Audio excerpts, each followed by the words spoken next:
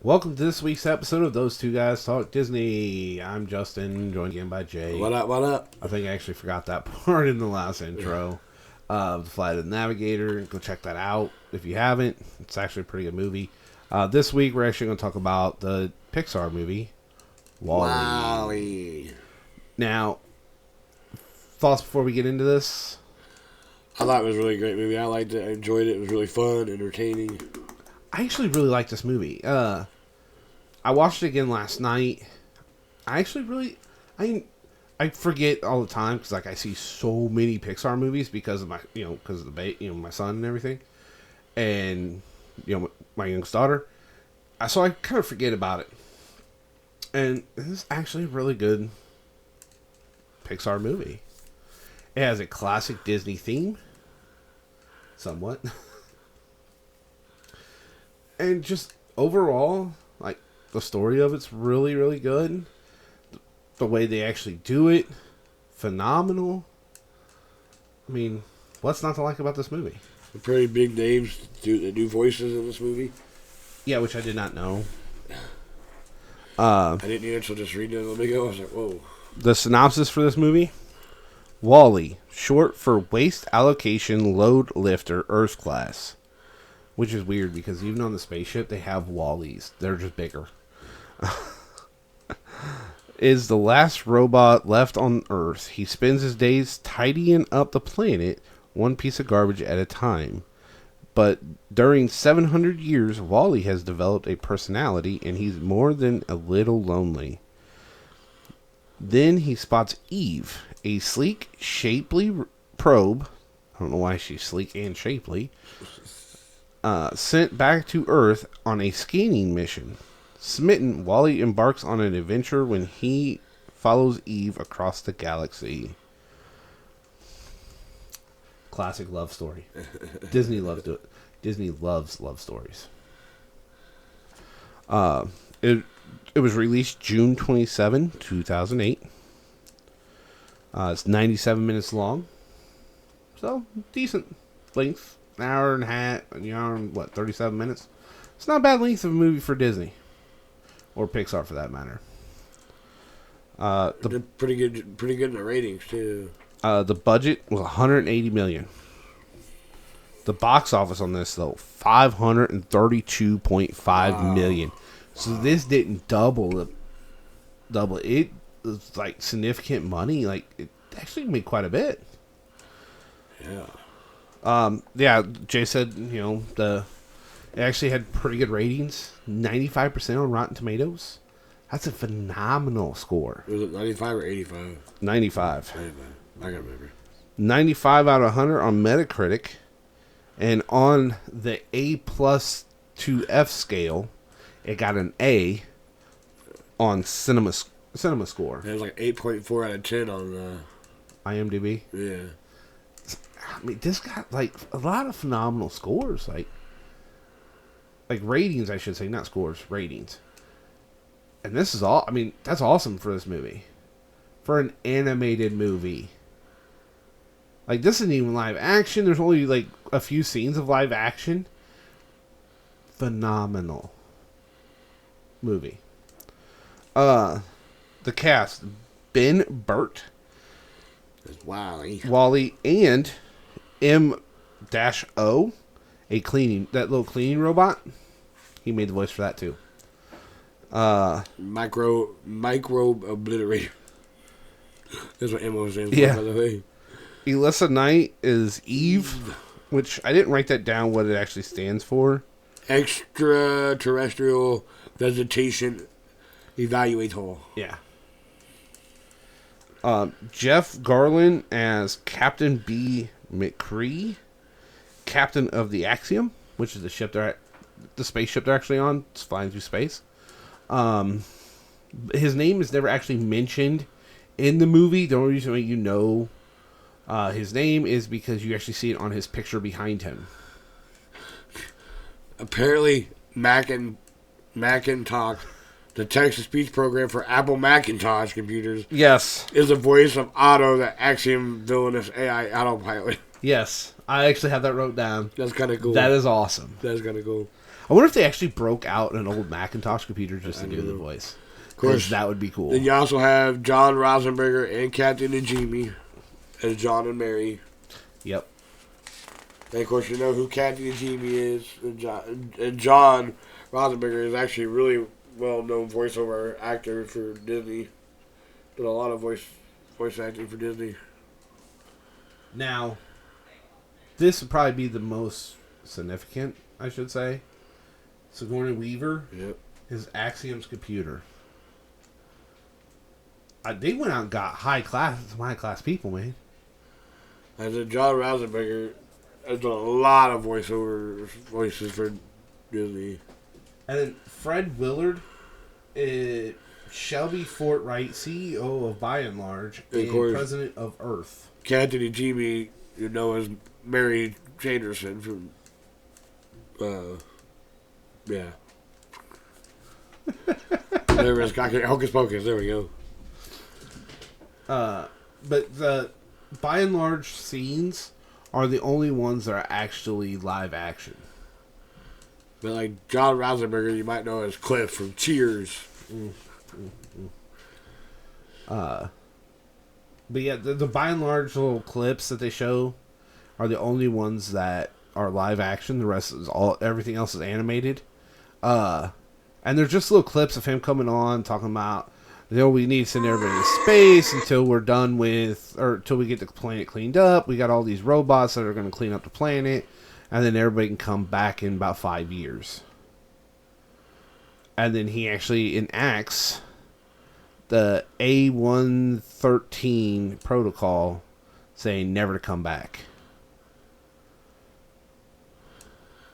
Michael Crawford and Marianne McAndrew appear in the archival recording performing It Only Takes a Moment from Hello Dolly. Yeah. And that's all my notes for that. This movie starts, you actually see Wally doing what Wally does. He's loading up his little compactor on his body, and he's making little cubes of trash. And then stacking the trash. Where were they planning on going with this trash? Yeah, I don't know. But I like how he's stacking this trash. He's making buildings out of this trash. I don't know if that was a part of his programming, but it's genius. But then you realize that he is actually sentient. So, meaning he actually has a pet roach that like goes to work with him. He actually packs stuff that he finds interesting in a lunchbox and sticks it on his back and goes.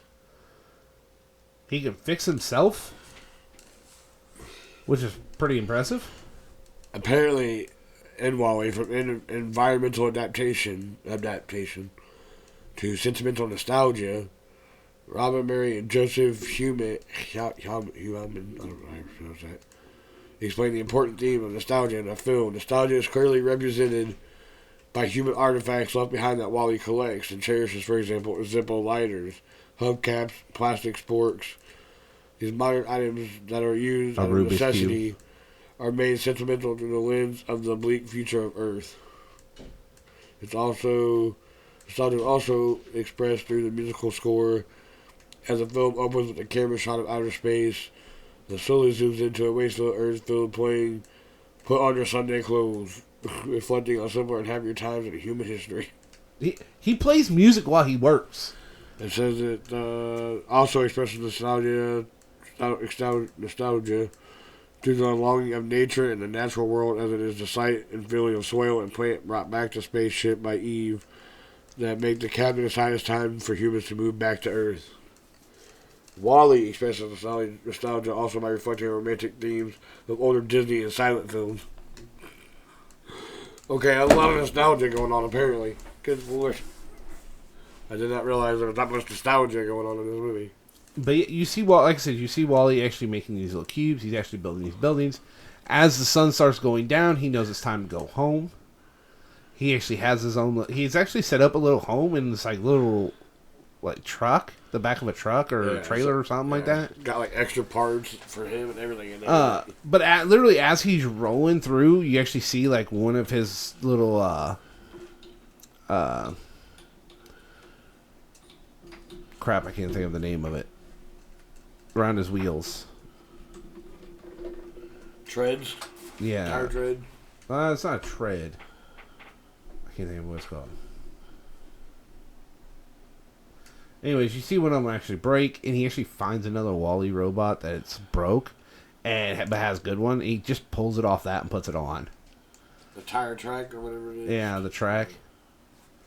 But he pulls it off that other robot and puts it on himself, and he just goes. And yes, he literally has all the parts to fix himself. Yeah. Which he does. Apparently he sleeps.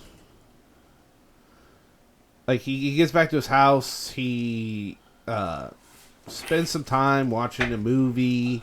Because he's figured out how to set up a movie, apparently. Yeah, he watches, like, black and white, old silent films, Disney films, whatever. But he also watches that singing one all the time. And he uses the hubcap as a hat that he finds. Hello, Dolly. And he starts dancing.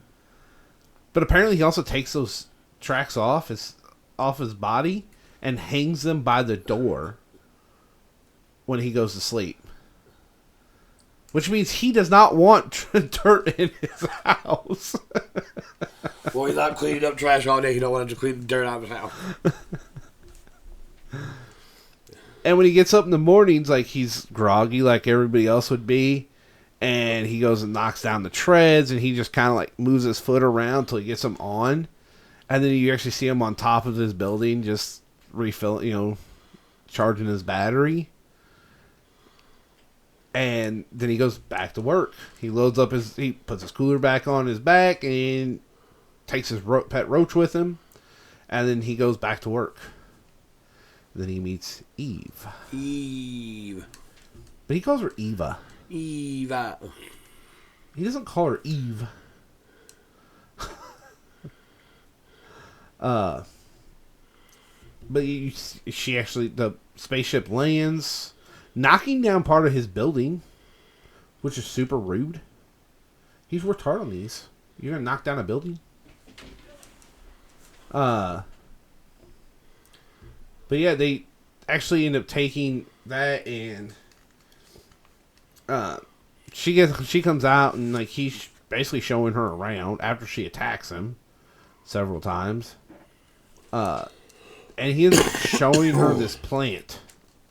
After he takes her back to his house and shows her the video that he watches, he shows her the plant. She actually scans the plant, realizes what it is, and then takes it and puts it in her internal compartment. And then it immediately shuts down. And apparently the giant Wallies on the spaceship are called Wall-A's. Oh. Standing for Axiom Class. Oh. I just seen them. I was like, oh, they're the same thing. Just bigger. Why couldn't you have the big ones on Earth? But yeah, he actually like takes her with him everywhere, which is really sweet. And he actually tries to do romantic stuff with her, like hold her hand, even though she doesn't actually have a hand. But he tries to hold her hand, and then her arm like sucks back in, and then pins his hand inside hers. So he's trying to get it out. But he also tries to keep the rain off of her by holding an umbrella. Keeps getting shocked. Grabs another umbrella. Gets shocked again. But like, he's trying to do some really nice stuff. And then just decides to put a trash can on top of her. Yeah, they're called treads. Treads, yeah. Sorry, I was going to drive me crazy if I didn't figure out what it was. You know what? You're right. I didn't think that was right, but yeah. The character Wall-E from Pixar movie Wall-E has treads with 4 independently actuated sprockets for stability. Mm. The sounds of his treads are created by a hand crank electric generator when he moves around, and inertia so starts with old biplane when he goes fast. Okay. Didn't know that. That's kind of cool. But he does. He takes her around all this stuff, and he tries to do all this stuff with her, and then he just out of nowhere decides I'm gonna go back to work, and he goes back to cubing up trash. Then all of a sudden the spaceship lands, and he realizes they're taking her. So he's like hauling. He's going as fast as he can to get back to her, yelling for her. He finds the plant that he puts in a boot. He finds the plant in a fridge. I know, he puts it in a boot. It's already in the boot. Is it in the boot? It's already in the boot. I thought he put it in the boot. It was in the fridge in the boot. I don't know how it started growing in the fridge. Because he cuts the door in half. I don't know. Apparently the fridge preserved it again. I don't know. I honestly don't know. But he actually does make it back to the spaceship that's taking Eve, and he's climbing the outside, and it takes off on him. But he climbs up to the window that he can look in at her. It docks at the Axiom, and he gets off, and he follows her. Well, in the process of trying to hide so he didn't get discovered, the robot that's there, taking him, unloading him, he accidentally grabs him and puts him up there. And then they're scanning. They call out the little cleaner guys, come out, and they clean up the robot, all the robots. And the one scans him, and foreign contaminant, and he wants to go, and while he keeps knocking him back, he won't let him touch him. So he started running away to chase Eve because he gets off that thing, and Eve, she leaves. He just follows her, and so that robot actually jumps off the track that he's supposed to be on, and actually follows, cleaning up that mess. So that's literally the whole thing he's doing. He's just cleaning up that mess. Follow Wally and clean all the dirt up, and they fall off of Wally. But it just keeps registering, foreign contaminant, and it just keeps cleaning. Then it actually... Oh, sorry.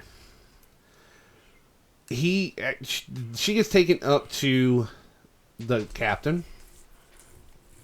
The captain is excited because, she's supposed to have this plant.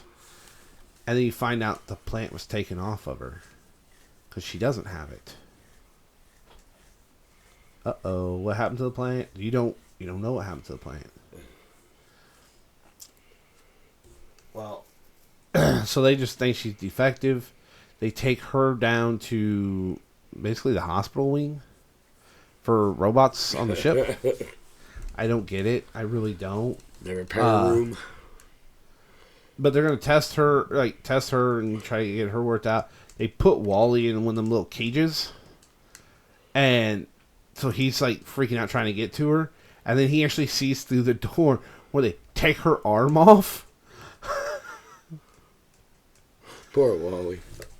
So he freaks out and he breaks out of there, and he was just crashing through the wall or the door.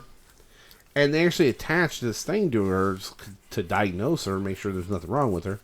And he grabs her arm from the repair robots and accidentally fires it, breaking the panel that's keeping the door and all the other defective robots in.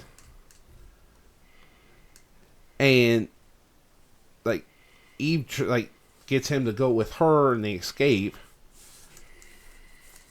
And then they're classified as fugitive robots. And then they I'm trying to make sure I have it all in order here.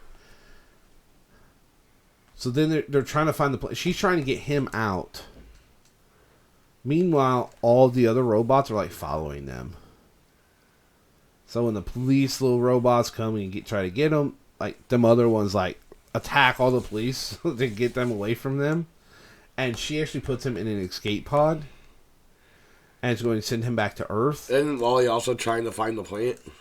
Well, not at first. Like, he's just following what she says. She's like getting him to there, and she puts him in that escape pod. She actually enters all the information to go back to Earth, and he won't stay in there. He keeps sneaking out. She keeps putting him back in. He keeps sneaking out. She keeps putting him back in.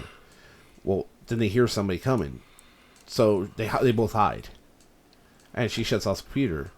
Well, another robot comes in with the plant, throws the plant in the escape pod, sets it to self-destruct,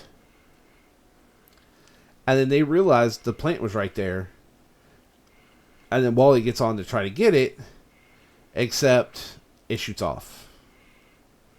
So Eve actually rushes out of the spaceship to go get him, and Wally picks up the plant, sticks it inside his compartment, realizes the thing's going to explode.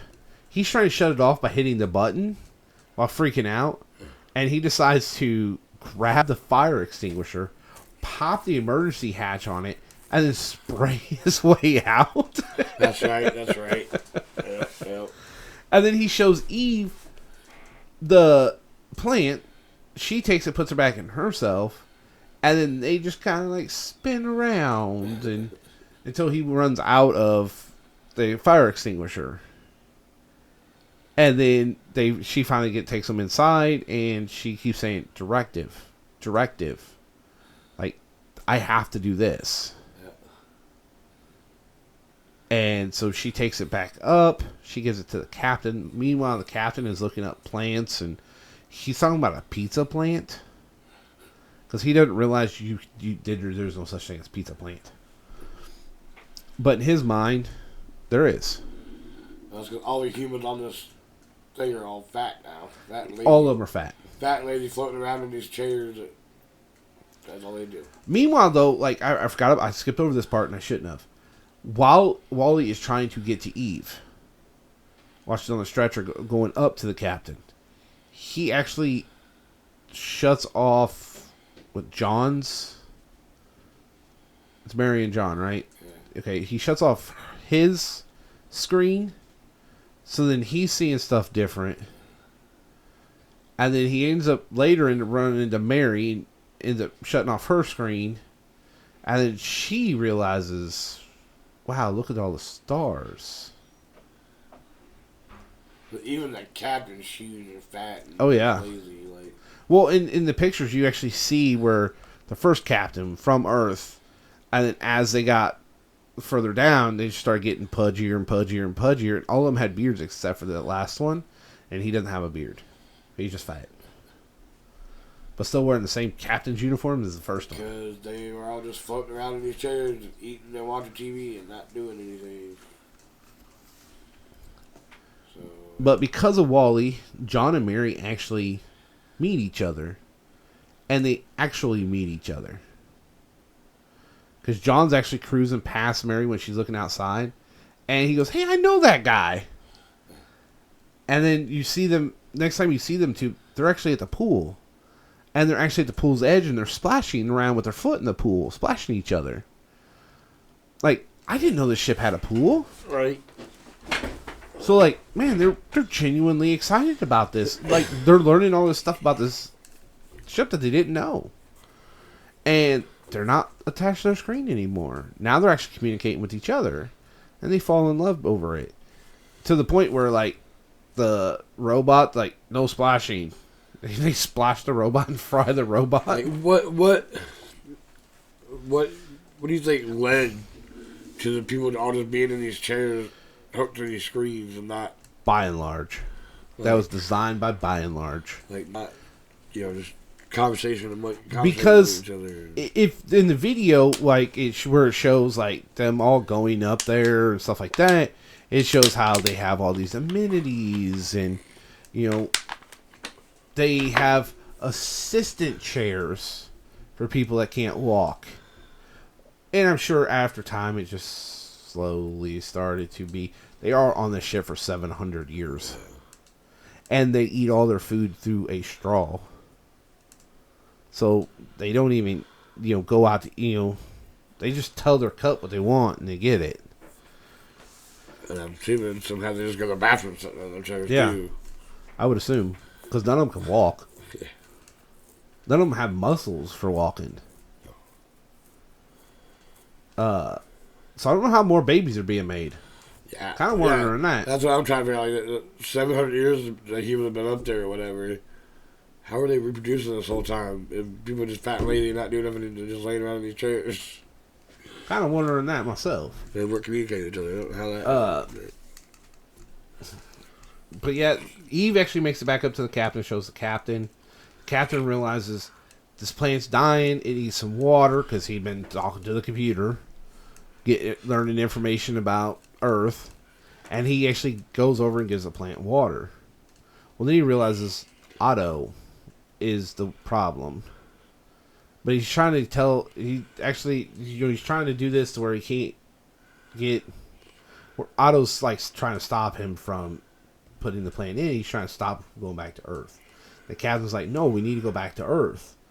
And then he actually plays the video of the president of Earth telling Otto implement A113.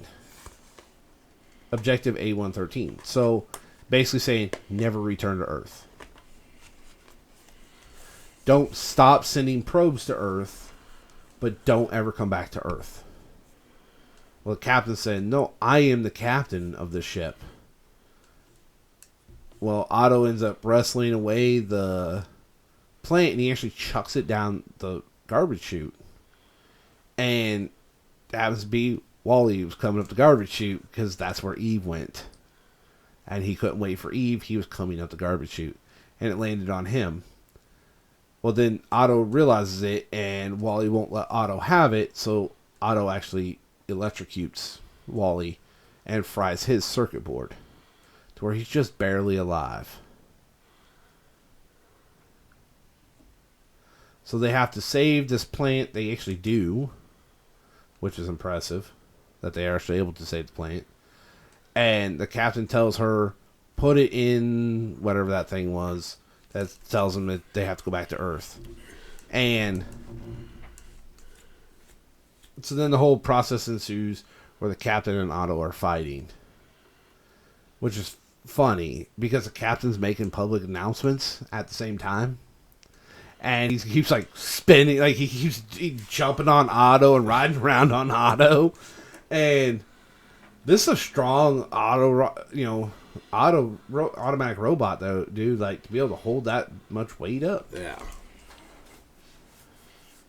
But like Captain's dead set, they're going back to Earth. That's what they were supposed to do.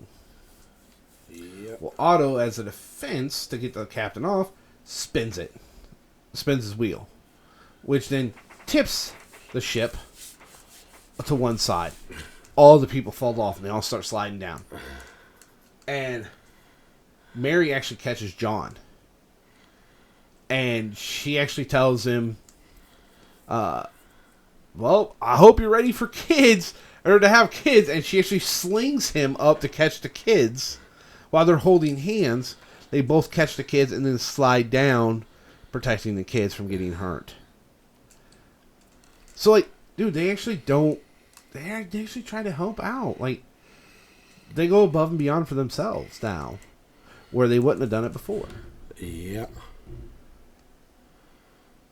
And so, man, they running into Wally affected them in a positive way. That sounds so bad, though. Hope you're ready for kids. You know what, dude? They caught every last one of them.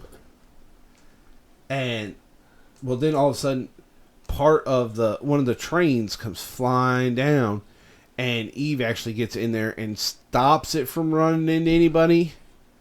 Well, the captain actually does raise up the thing for Eve to put the boot in.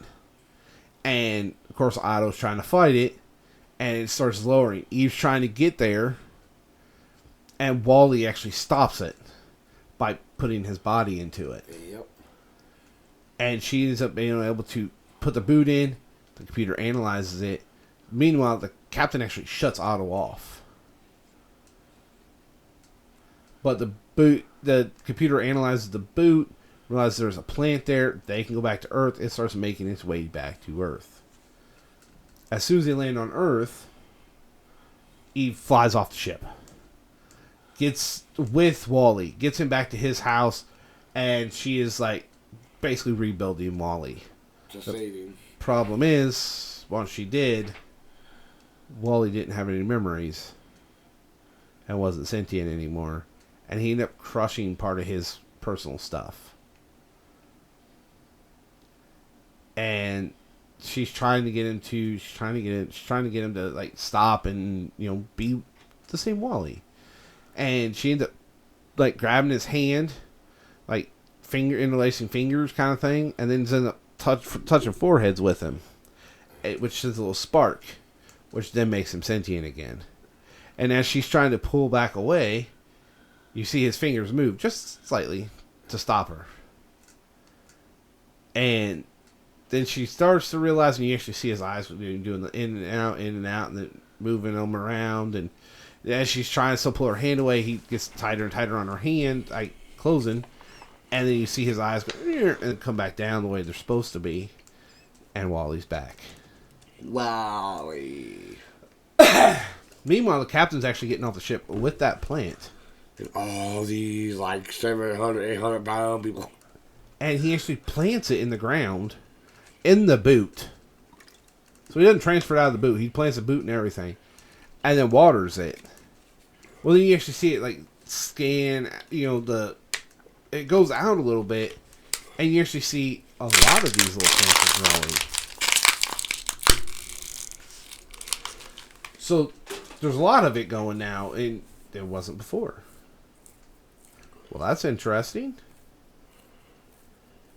And the credits actually show too, like, because that's pretty much the end of the movie right there. But the credits actually show them actually succeeding. So they actually figure out seeds, how to grow different plants, how to harvest the plants. Like they're learning all this stuff again, rebuilding everything. Yeah, they're recolonizing Earth. They're actually building houses and churches, but they're using robots to help. So it's not going to take as long. So they are rebuilding everything, and they're doing it together, which is impressive. Well, I mean, why not use the robots to help rebuild? Right. I mean, you got them. They're. You don't need them to do what you have them to do before. You might as well find something for them to do, or use them in a different way. See, I'm kind of wondering, dude, if they didn't end up taking the wall A's, I guess, whatever, off the ship and just have them start processing some of that trash. Because that's what I would have done. Maybe. They're way bigger than Wall-E.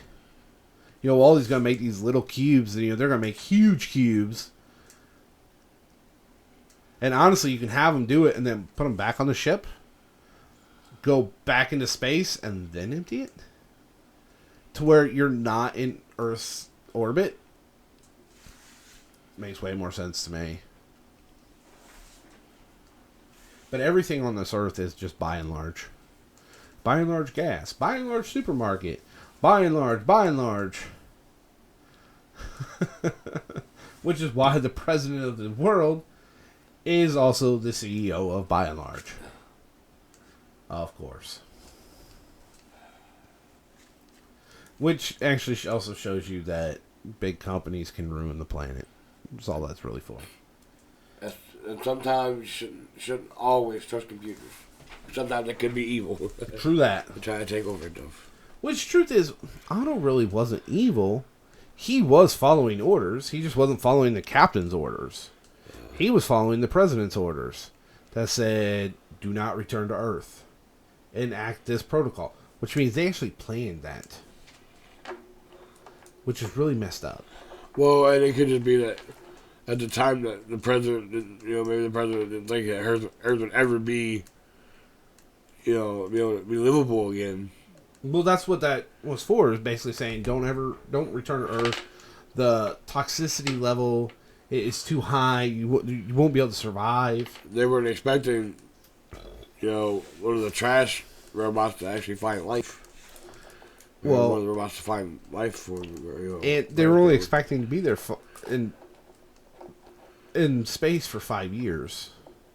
They weren't expecting to be there for 700 years. Yeah. which is insane. But they succeed. They repopulate the earth. They rebuild buildings. They start growing crops and living off the land. Granted, they probably don't have any animals. Unless there's some random animal that survived, but I highly doubt that. So they're probably just plant-based protein and everything. Yeah, but you do actually see them fishing streams, which means some animals survived, at least fish. So they got some kind of meat protein, but not a lot. So, I mean, they do actually come back. Well, I'm sure there was probably other animals that survived. Animals always will find a way. Well, yeah. But toxicity levels, if they're killing humans off, it's probably going to kill the animals off, too. I mean, have you ever watched Jurassic Park? Life will find a way. True. So, I mean, I'm sure there were probably animals somewhere that found some way to survive through it. But overall, great movie. That's a good question though, because they never do say anything about any animals or what mention any animals. So I don't know. It's a good question. They were talking about that till now. And honestly, I'm almost betting until they actually have like some of the trash cleaned up and houses built and stuff like that. I'm almost betting everybody just still lives on the spaceship for a while. At least until they get, their own places built and that kind of stuff. But none of them guys have shoes either. But you actually do see in like the little clips, the captain actually does start to slim down. Like once he starts gaining muscle, he's moving, he actually starts to slim down. So you don't see this huge dude anymore. Now you're seeing a slightly skinnier dude. Same with all the people. You start seeing slightly skinnier people. Yeah, as their bodies get used to everything. They're not just laying around floating in these chairs, eating and drinking everything through a straw, watching nothing but screen all day. Brain rot.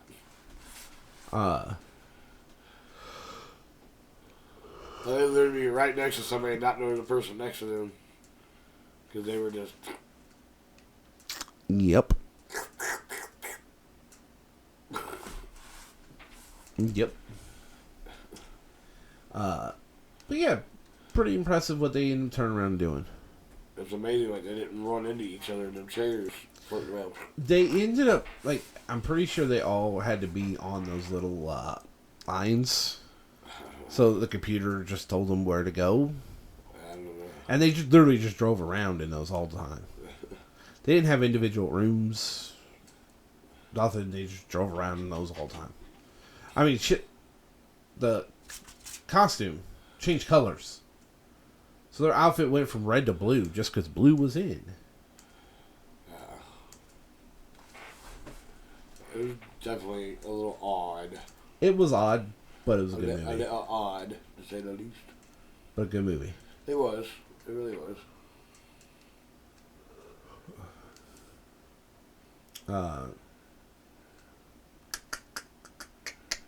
Alright, so next episode is going to be Xenon. After that, I don't know. We haven't discussed next month yet. Originally, Flight of the Navigator should have came out like the 7th, I think it is. I think it comes out on Tuesdays. It should have came out like on the 7th. Obviously, it didn't. Seeing how today is what, the 11th that we're recording, yeah. And we recorded that one at the same time. So obviously, it didn't come out. Personal schedules just didn't line up. So we're about a week behind where we need to be.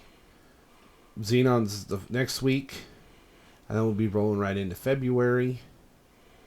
And then, so we'll be switching to something else. But we're doing Xenon next week because of the space theme that we've had for this week. Or the last 2 weeks, I should say. So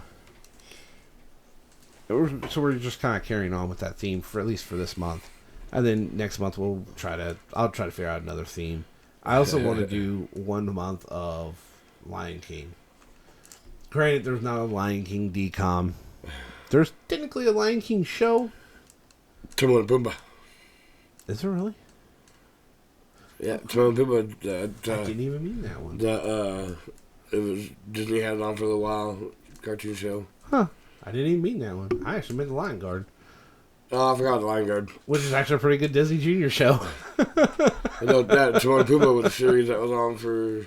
Which actually explains Scar a lot too. I can't remember, like how old it is.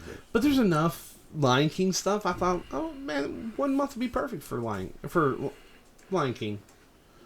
Could also do that with Aladdin too. There's a lot of Aladdin stuff too. Like a lot. It was 95. Oh. 95, yeah. For 4 seasons. I'll have to look that up. Maybe we can do that next month. Yeah. Huh. It was on. It was. I said 4 seasons. Who knew? Apparently Jay did. had a 7 out of 10 rating on IMDb. I wonder if it's on Disney Plus. I do believe so. That's the reason I remember. I remember seeing it one day, and I do believe it was on there. Sweet. Yeah, so we'll have to talk about when we want to do that. I mean, I haven't watched it for a really long time. I haven't either. But we're gonna stick to our one older. Yeah, we're to watch Disney Plus.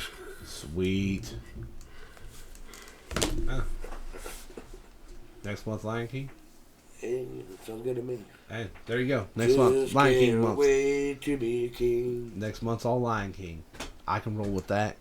I like the Lion King, so I'm good. No one say stop that.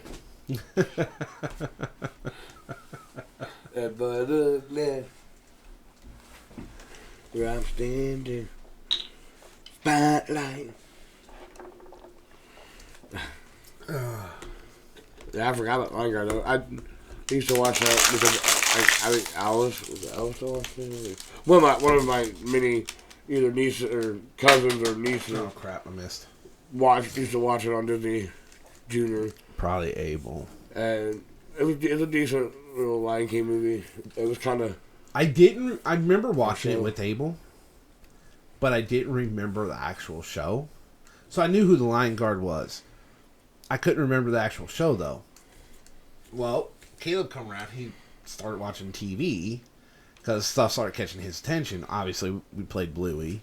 We'll have to cover that one episode too, because that is, even though it's a Disney Junior show, that is an insane show that's actually pretty good too. Yeah. Anyways, I got tired of Bluey. I put on Lion Guard for him one day, and we started watching Lion Guard. And I started, as we're getting further and further in, I started realizing these are actually pretty good.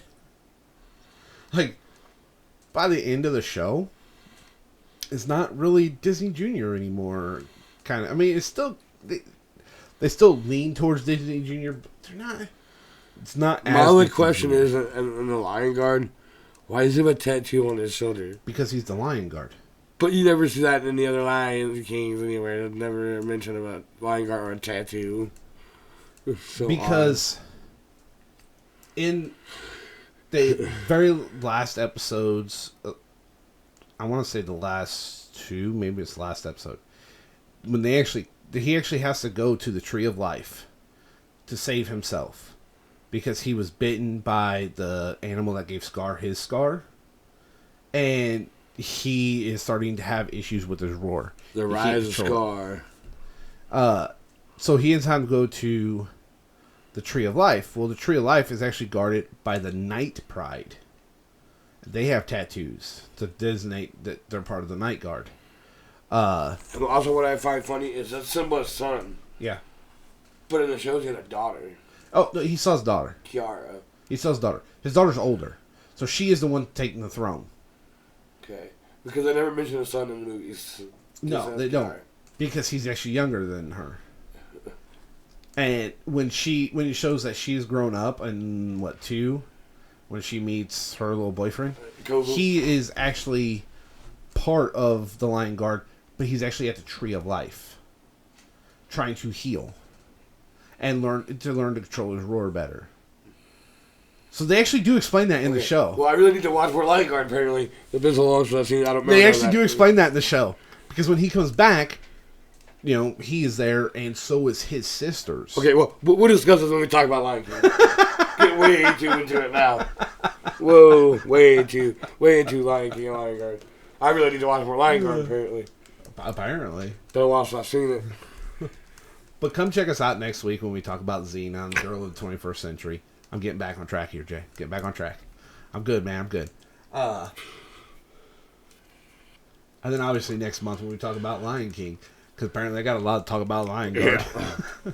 It's also the one I've watched most recently. That's the reason why I know. Anyways, reach out to us. You can comment on any of our videos. You can actually reach out to us on Facebook at please. Those Two Guys Talk Disney. We do actually have a Facebook. I'm actually on.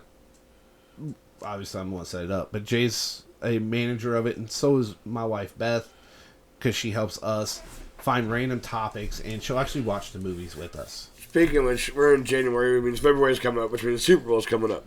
Reach out to us. Let us know your all's guesses for Super Bowl. Yeah, that'd be awesome. I'd like to hear about that from anybody. Like any of y'all's guesses. But yeah, just kind of reach out to us. Let us know.